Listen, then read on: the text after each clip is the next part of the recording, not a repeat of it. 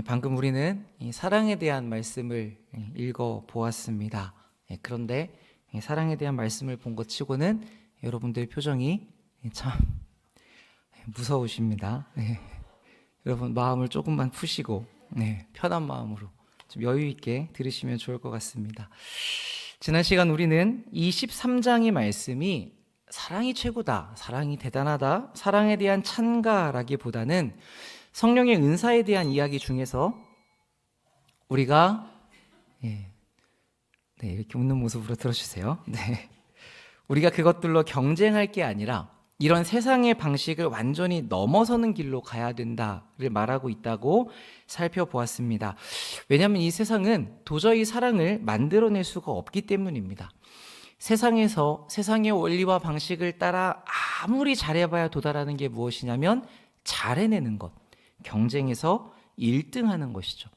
그런데 사랑은 완전히 다른 종류의 것입니다. 모든 것을 의미 있게 만드는 것이죠. 그래서 바울은 이 편지를 통해서 하나님의 백성은 이제 완전히 다른 원리, 완전히 다른 법칙 위에 있다는 것을 가르쳐 줍니다. 예수님도 비슷한 말씀을 하셨죠. 제자들에게 누구든지 큰 자가 되려거든 어떻게 해야 된다? 가장 낮은 자, 작은 자, 섬기는 자가 되어야 된다. 여러분, 이런 일은 세상에서는 불가능한 일입니다. 세상의 원리로는 절대 이루어질 수 없는 일이죠. 그런데 우리가 옮겨진 하늘나라에서는 이런 원칙으로, 이런 원리를 따라 살아야 한다는 것입니다. 그러니까 이렇게 우리는 같은 세상에서 똑같은 모습으로 사는 것처럼 보이지만 전혀 다른 하늘의 원리를 따라 사는 사람들이라는 것이죠. 그리고 여러분, 이 나라에서 가장 중요한 원리가 무엇입니까? 사랑입니다. 그래서 바울은 4절부터 7절까지 사랑은 이렇고 사랑은 이렇다라고 기록을 하는데, 여러분 그거를 조금 한 걸음 떨어져서 보시면 이 내용은 마치 어떤 사람에 대해서 이야기하고 있는 것 같습니다. 여러분들 많이 외우시는 부분일 텐데 오늘은 이 내용이 구체적으로 어떤 것을 의미하는지 조금 살펴보는 게 도움이 될 것 같습니다. 이 4절의 시작은 이렇습니다. 사랑은 오래 참고. 그런데 7절의 끝에도 모든 것을 견딘다라는 말이 있죠. 그러니까 오래 참고 견디는 것, 우리말로 보면 비슷한 것 같은데 이 두 단어를 원어로 보면 의미상의 차이가 조금 있습니다. 우선 이 4절에 오래 참고라는 말은 영어 번역본을 보시면 오랜 고통이라고 되어 있거든요. 그러니까 오랜 고통을 잘 버티면서, 그런데 분노를 멀리한다라는 의미가 같이 들어 있습니다. 그러니까 이건 아마 다윗의 이야기를 생각해 보시면 여러분들이 이해하기 쉬우실 것 같아요. 장인이었던 사울 왕은 갑자기 계속해서 다윗을 죽이려고 했습니다. 그러니까 하루아침에 모든 것을 잃어버리고 나라의 지명 수배자가 되어서 도망다녔던 이 다윗은 매우 매우 억울하고 원통하고 속상했을 것입니다. 근데 이 다윗에게 사울을 죽일 수 있는 절호의 기회가 오죠. 창을 한 번만 움직이면 더 이상 이런 고통을 당하지 않아도 됩니다. 하나님이 약속하신 대로, 기름 부으신 대로 자기가 왕이 될 수 있었습니다. 그런데 다윗은 그 상황에서 그렇게 행동하지 않았죠.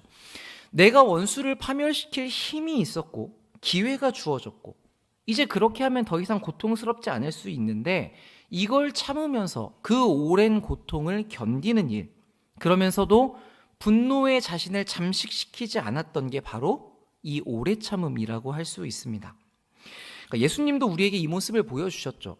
내가 이만큼 했으면 참을 만큼 참았다. 근데 이제 더는 못하겠다 하고 십자가에서 내려와 힘으로 다 굴복시키셨다면, 그러면 그 상황에서 더 고통을 당할 필요가 없으셨을 텐데, 그런데 그분은 그 자리에서 참으며 오랜 고통을 더 당하셨습니다. 그런데 그렇다고 해서 분노에 삼켜지시지도 않았죠. 자, 그런데 7절에 있는 모든 것을 견딘다라고 하는 말은 이 꿋꿋하게 버틴다는 뜻인데 여기에는 아래에 남는다는 의미가 같이 있습니다. 저는 이 십자가의 상황에서 어머니 마리아의 모습이 이걸 잘 보여주지 않나라는 생각이 듭니다. 예수님께서 십자가에 달리셨을 때 이 어머니는 통곡하며 난리를 피울 수 있었고 반대로는 큰 슬픔에 잠식되어서 자기 삶을 아예 포기해 버렸을 수도 있습니다. 그런데 그녀는 이 십자가 아래에 남아서 사랑하는 아들의 죽음을 바라보며 꿋꿋하게 버텨냈죠. 그러니까 견뎌냈던 것입니다. 우리의 삶에도 이런 상황을 맞이하는 때들이 있습니다. 내가 힘이 있지만 참아야 하는 경우도 있고, 또 감당할 수 없는 큰 어려움 앞에서 그것을 버텨내야 되는 경우도 있죠. 근데 여러분, 거기서 우리가 왜 그 어려움을 감수합니까? 힘이 있으면 휘두르면 되잖아요. 그리고 대항할 수 없다면 죽으면 이 고통을 끝낼 수 있는데, 그래서 세상은 이런 식의 선택을 하는 사람들이 참 많이 있죠. 그러나 우리는 그러지 않고 맞서서 참고 버티고 견딥니다. 왜 그러냐면 우리에게는 하나님이 계시기 때문이죠. 다윗이 사울 왕을 죽이지 않은 것도, 마리아가 십자가 아래에서의 그 고통을 견뎌낸 것도 다 하나님께서 지금 이 일을 주관하신다고 하는 믿음이 있었기 때문입니다. 마찬가지로 우리의 상황이 아무리 최악을 향해 간다고 하더라도 우리는 하나님이 지금 이 모든 것을 주관하고 일하고 계시다는 것을 신뢰하기 때문에, 모든 희망이 끊어져 버린 죽음과 같은 상황에서도 하나님이 부활을 만들어내신다는 것을 믿기 때문에 살아서 이 자리를 버텨내는 것이죠. 그래서 사랑은 견딘다고 이야기를 합니다. 우리 하나님이 계시기 때문에요. 자, 이 내용을 4장의 시작과 7장의 끝에 두어서 전체를 감싼 후에 바울은 그 안에 다양한 내용들을 채워갑니다. 이어지는 내용을 보시면 사랑은 온유하다고 이야기하죠. 이 온유는 친절을 베푼다는 뜻인데, 정말 순수하게 타인이 잘 되는 것에 대한 관심을 말하고 있습니다. 보통 우리는 내가 어떤 사람에게 친절을 베풀었는데 저 사람이 퉁명스럽게 대하면 기분이 나빠집니다. 화를 내게 되죠. 왜 그렇습니까? 내가 친절하게 대했으면 당신도 나에게 친절하게 해야 되지 않느냐라는 일종의 보상을 생각하기 때문이죠.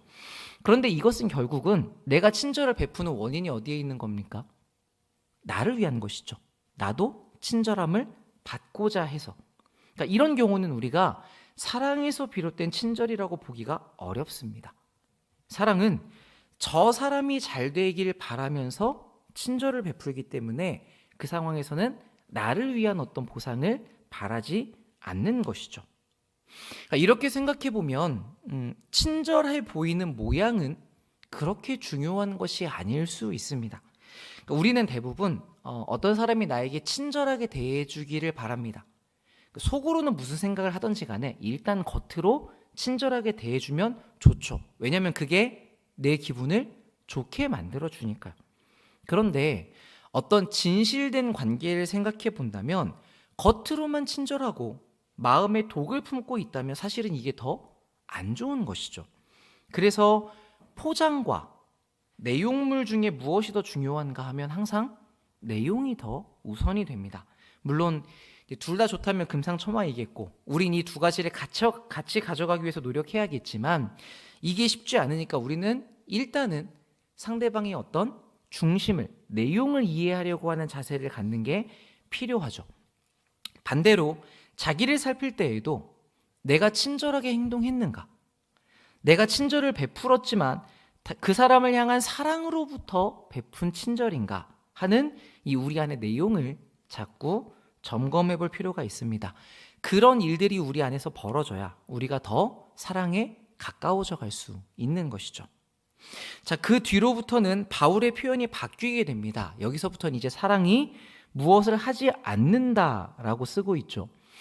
아마도 바울은 이 고린도 사람들에게서 당장 금지해야 될 어떤 급한 내용이 있어서 이런 표현을 사용한 것 같습니다. 보시면 사랑은 시기하지 않고 질투하지 않고 과시하지 않고 우쭐하지 않고 무례하게 행하지 않는다라고 이야기하죠. 이게 다 고린도 교회에 있었던 단점들입니다. 자, 그러면 이 단점이 고린도 교회에만 있었겠습니까? 지금의 우리의 교회 안에도 이런 내용들이 있을 수 있죠. 자, 여기서 이 무례하다라는 표현은 격에 어울리지 않아서 부끄럽거나 수치스러운 일을 말합니다. 명예를 해치는 행동을 말하는데 우리는 그 4살짜리 아이가 인사를 안 한다고 해서 야, 이 녀석 참 무례하다, 예의가 없다 이렇게 이야기하지는 않죠. 왜냐하면 아직은 이 아이가 배우는 과정이라서 그럴 때가 아니어서 그렇습니다. 그런데 다 큰 성인이 어른을 만나는데 인사하지 않으면 우리는 예의가 없다고 말합니다. 무례하다고 표현하죠. 왜냐하면 그 전에 성인이 되기까지 충분한 시간 동안 자라고 배웠다면 이제 예를 표하는 인격을 갖추는 게 마땅하기 때문입니다. 근데 그 갖춰야 하는 격에 어울리지 않은 행동을 했기 때문에 예의가 없다고 이야기하는 것이죠. 요즘에는 내가 남들에게 어떻게 보이든지는 중요하지 않다. 내 인생을 내 마음대로 자유롭게 살겠다고 하면서 상대방에 대한 예의를 지키지 않는 경우가 참 많아졌습니다. 그러니까 이것은 자유라는 면을 내세우는 것 같지만 사실은 본문의 말씀을 따르면 어떻습니까? 사랑이 없는 행동인 것이죠. 그래서 이 격에 맞지 않은 일들이 자행될 때에 주변 사람들이 고통을 당하게 됩니다. 자, 그런데 오늘은 제가 여러분들이 예의 있게 행동하지 않으면 다른 사람들이 불편하고 힘들기 때문에 예의를 지켜주셔야 됩니다라고 말씀을 드리는 게 아닙니다. 이런 도덕적 방식의 접근은 이 초급 수준에서, 그러니까 우리가 어린 아이들을 가르칠 때 예의 있어야 돼라고 하지만 이제 우리는 거기서부터 더 깊은 이해를 가질 필요가 있죠. 예의를 지키는 것은 좋은 어떤 결과를 만들려고 규칙을 준수해야 되는 것이 아니라 예의를 지킨다는 일 자체가 상대방을 존중하고 사랑함에서 나오는 행동이기 때문에 그렇습니다. 그러니까 여러분이 정말 사랑하고 존중하는 사람에 대해서는 저절로 예의를 지키게 되는 것이죠. 근데 참 신기한 게 하나님께서 우리를 이렇게 대해 주십니다. 하나님이 우리를 무시하지 않으시고 우리의 결정을 하나님께서 쉽게 다루지 않으시고 존중해 주시죠. 하나님이 우리를 참 배려하시고 예의 있게 대해 주십니다. 그래서 우리도 특별히 가까운 관계, 배우자나 자녀와의 관계일수록 이 부분을 더 주의할 필요가 있는 것이죠.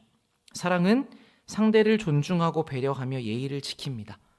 그리고 여러분이 그렇게 하시는 만큼 여러분이 어떤 사람인지가 그 행동을 통해서 드러나게 되는 것이죠.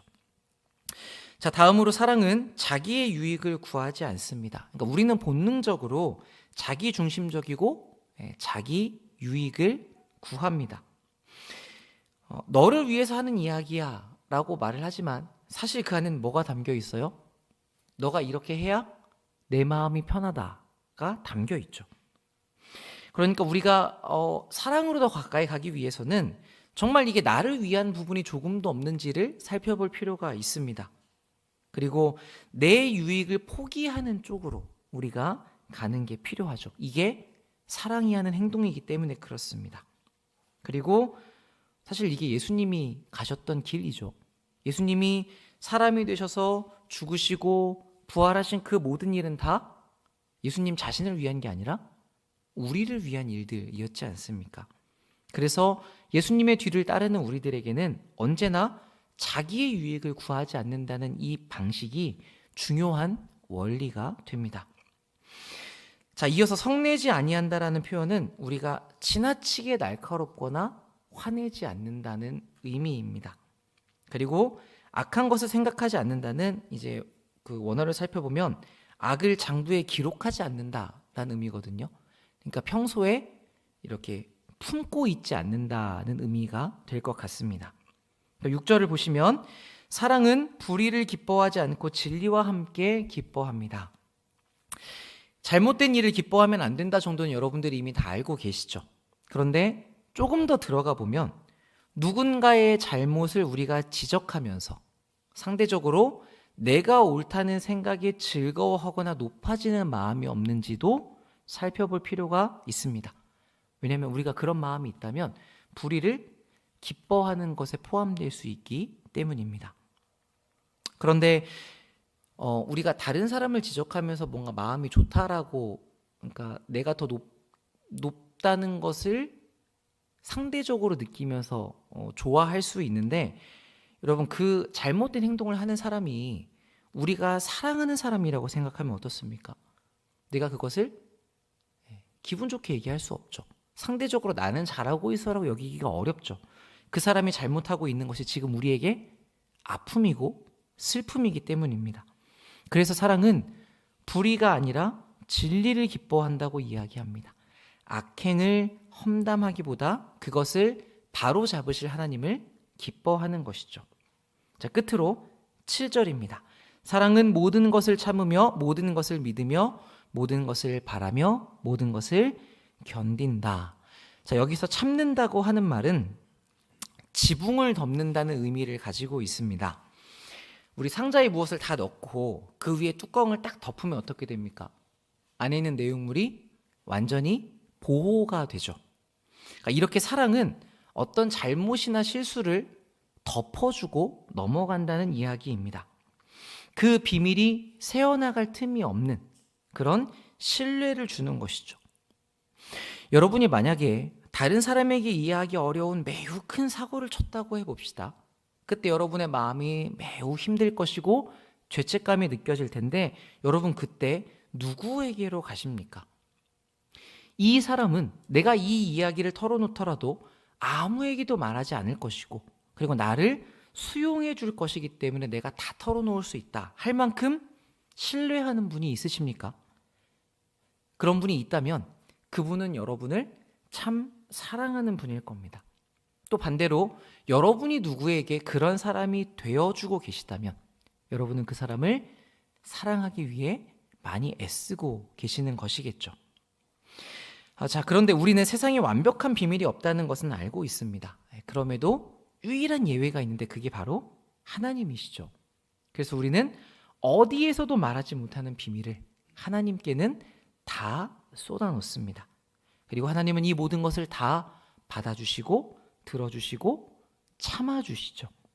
그러니까 이렇게 사랑은 모든 것을 믿고 모든 것을 기대해주며 모든 것을 끝까지 견딥니다. 자, 우리가 지금까지 내용을 생각하면서 오늘 본문을 살펴보시면 어떻습니까? 사랑은 오랜 고통에도 분을 내지 않고 상대를 위해 친절하며 자기를 내세우지 않고 높아지지 않고 예의를 지키고 이기적이지 않고 화내지 않고 모든 잘못을 덮어주며 믿어주고 기대해주고 끝까지 포기하지 않습니다. 그러니까 참 막 뛰어다니는 그런 느낌은 아니지만 정적이지만 무언가 여유 있고 넓고 큰 그런 어떤 멋진 사람의 모습을 그리게 만들죠.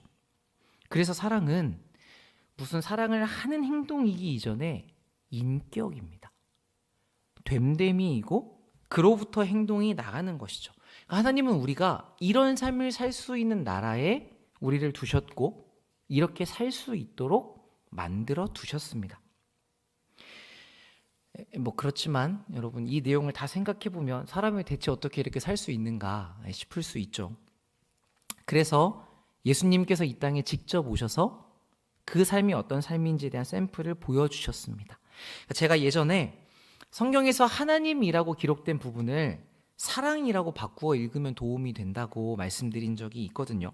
비슷하게 이 부분은 사랑이라고 하는 부분을 예수님으로 바꾸어서 읽어보시면 또 도움이 됩니다. 사랑이 사람으로 드러난 분이 예수님이기 때문이죠. 자, 그런데 거기서 여러분들이 조금 더 나아가셔서 이 사랑의 자리에 자신의 이름을 넣어서 읽어보시는 것도 도움이 되는 것 같습니다. 그 옛날에 수도원에서 이제 수도를 할 때 수양을 하는 방법 중에는 이런 방식이 있다고 합니다. 짧은 한 문장을 반복해서 이야기하는 어떤 형식이죠. 그러니까 예를 들면 내가 지금 참 사랑받지 못하고 있다라고 막 여겨진다면 일단 나는 하나님의 사랑받는 자녀다 라는 문장을 계속해서 반복하는 것입니다. 주문을 외우는 게 아니라 하나님의 말씀을 따라서 계속 내가 누구인지를 나에게 들려주는 것이죠. 우리가 받은 약속들이 참 많지 않습니까? 우리가 하나님의 사랑을 받는 자녀다. 하나님께서 우리에게 평안을 주신다. 또 담대하라, 내가 세상을 이겼다.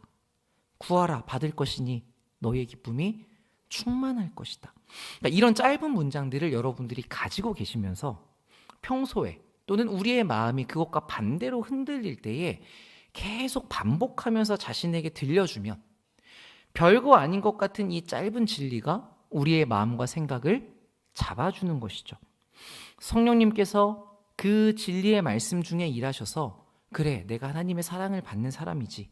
나에게는 주님께서 주신 평안이 있지. 내가 하나님께 구하고 하나님이 주실 것이기 때문에 기뻐할 수 있다. 이렇게 우리의 마음이 그 말씀과 성령을 통해서 변화되게 되는 것입니다. 이것처럼 우리도 오늘의 본문의 말씀에 우리 이름을 넣어서 기억하면 좋겠다는 생각이 들었습니다. 근데 여러분 이걸 다 하려면 너무 길잖아요. 어렵고 안 되니까 짧게 하십시오. 나는 오래 참는다. 나는 온유하다. 누구누구는 오랜 고통을 견디면서 분내지 않을 수 있다. 자, 이렇게 여러분이 외우시면 정말 내가 그렇다가 될까요? 아니죠. 네, 처음엔 안 그렇습니다. 지금 화가 이렇게 나 있는데 영웅이는 오래 참는 사람이야 한다고 됩니까? 그게 안 되죠. 그런데 점차 나는 이거를 왜 이렇게 할 수 없는가? 나는 그게 안 되는 사람인데, 그런데 하나님이 그런 분이시고 하나님이 나에게 그 일을 하셨고 지금도 나를 도와주시기에 내가 그렇게 할 수 있다까지 여러분들이 이걸 반복하면서 성령님과 함께 갈 수 있게 됩니다. 그러니까 이런 마음으로 우리가 계속해서 이 진리를 내 것으로 만드는 일에 애쓸 필요가 있는 것이죠. 자, 그럼 우리는 이 일을 얼마나, 어느 정도까지 어떻게 해야 되겠습니까? 우리 7절 말씀 같이 한번 읽어보겠습니다. 시작. 모든 것을 참으며 모든 것을 믿으며 모든 것을 바라며 모든 것을 견디느니라. 아멘. 이 한 절에 모든이란 말이 4번이나 쓰이고 있습니다. 그러니까 이것은 사랑에는 어떤 경계나 한계가 없다는 것을 우리에게 보여주고 있죠. 사랑이 할 수 없는 것은 없습니다. 그래서 모든 것이고, 그래서 사랑은 무한한 것입니다. 그러니까 예수님께서 왜 70번씩 7번이라도 용서해라라고 말씀하셨는지를 우리가 알 수 있게 되죠. 근데 세상에는 이런 무한함을 담아낼 수 있는 말이 없습니다. 그렇기 때문에 우리는 이 내용을 사랑이라는 단어에 담는 것이고, 그래서 세상이 말하는 사랑과 우리가 말하는 사랑의 내용은 다를 수밖에 없는 것이죠. 자, 그럼 여기까지 내용을 가지고 사랑은 다 참고 다 버티고 다 안 하고 그러면 뭘 해야 되는 것인가? 여러분이 그렇게 생각하실 수 있는데 일단은 그렇게 느끼시는 것이 맞는 것 같습니다. 왜냐하면 바울은 그런 의미를 담아서 지금 우리에게 얘기해 주고 있거든요. 왜냐하면 7절 뒤에 이어지는 내용들이 이제 그걸 설명해 주는데, 왜 우리에게 버티고 멈추고 기다리라고 하냐면 지금 우리가 아는 것이 부분적이고 전부가 아니기 때문입니다. 그러니까 23장은 바울이 고린도 사람들에게 은사를 이야기하고 있는 중간에 들어가 있는 내용이죠. 그러니까 지금 고린도 교회는 서로의 은사가 대단하다고 다투고 있었습니다. 그런데 그들을 향해서 바울이 뭐라고 얘기합니까? 그 은사가 대단하다고 이야기하지만 결국 어떻게 되느냐? 그거 없어지게 된다. 그거 다 결국에는 패하게 될 것이다 라고 하죠. 8절 보시겠습니다. 사랑은 언제까지나 떨어지지 아니하되 예언도 패하고 방언도 그치고 지식도 패하게 될 것이다. 고린도 사람들이 은사가 대단하다며 현재를 살고 있지만 이 사람들은 지금 나중에 그게 어떻게 되는 것인지 전체를 알지는 못했습니다. 아직 온전함에 도달하지 못했기 때문이죠. 과정 중에 있어서 부분적으로만 알았기 때문에 이런 일이 벌어진 것이죠. 그래서 바울은 전체에 대해서 이야기를 합니다. 너희가 지금 조금을 보고 있지만 나중에는 그렇지 않다. 그래서 결국 사랑이 떨어지지 않기 때문에 더 큰 것, 나중에 남을 것, 이 사랑을 요구하는 것이죠. 우리의 현실에서도 비슷한 적용이 필요할 것 같습니다. 우리는 어떤 순간에 저 사람에 대해, 어떤 상황에 대해 지금 내가 심판관이 되어서 판단을 내리려고 합니다. 근데 바울은 사랑이라면 그렇게 하지 않는다. 참고 미루고 기다려준다라고 이야기하죠. 내가 너무 억울하고 이해가 안 되는 중에도 참고 견디고 바라라고 이야기를 합니다. 왜냐하면 지금 우리가 알고 있고 우리가 평가를 내리는 것은 우리가 부분적으로 알고 있고 어린아이의 때를 지나기 때문에 온전하지 않기 때문이죠. 지금 내가 아는 것이 희미한 정도라는 것을 인정하는 것입니다. 그래서 지금 나에게 맡겨져 있는 그 사랑의 방향을 걸어가되 내가 다 알 수 없는 부분에 대해서는 지금 잘잘못의 선을 긋지 말라고 이야기하는 것이죠.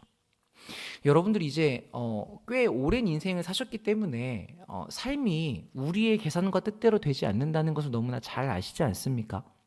분명히 내가 봤을 때는 이렇게 되면 실패하고 안 될 것 같아 라고 생각을 하는데, 그래서 실제로 그렇게 했다가 실패하는 일이 벌어져서 이것 봐, 역시나 실패했지라고 생각을 하는데 그 뒤에 무슨 일이 벌어집니까? 그 실패가 우리의 삶을 더 좋은 곳으로 이끌어가고 그 잘못됨이 우리의 삶을 더 하나님께로 닮아가게 만드는 것을 경험하지 않습니까? 그러니까 우리가 생각하는 성공과 판단이라는 기준이, 그 결정들이 맞지 않는 때가 너무나 많다는 것이죠. 그러니까 바울은 우리에게 지금의 판단을 유보하라고 그렇게 이야기를 하고 있는 것입니다. 우리의 현재는 하나님이 나를 더 온전하게 만들어가는 과정입니다. 그러니까 과정에 있는 우리는 상상할 수 없는 하나님이 만드시는 최종적인 반전이 있는 것이죠. 그러니까 이 반전은 내가 지금까지 고생한 게 10이라면 거기에 대한 보상을 10으로 받는다, 이런 정도가 아니라 우리가 살았던 그 모든 삶을 뒤집어주는 반전입니다. 그러니까 우리의 힘으로 열심히 하면, 세상의 원리를 따라 살았을 때 우리가 만드는 건 무엇이냐면 사망이에요. 죽음에 이르는 것들을 우리가 만들어내는데 하나님은 그런 부족함을 가져다가도 생명으로, 부활로 만들어내신다고 이야기를 합니다. 이게 기독교가 말하는 종말의 핵심이죠.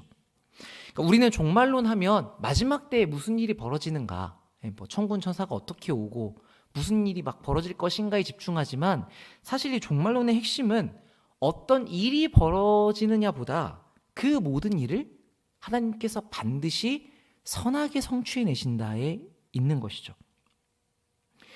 그러니까 내 실력과 내 결과와는 다른 하나님의 선한 인도하심이 있다는 것을 믿는 것입니다. 우리가 예수님을 믿은 일 자체가 이걸 보여주지 않습니까?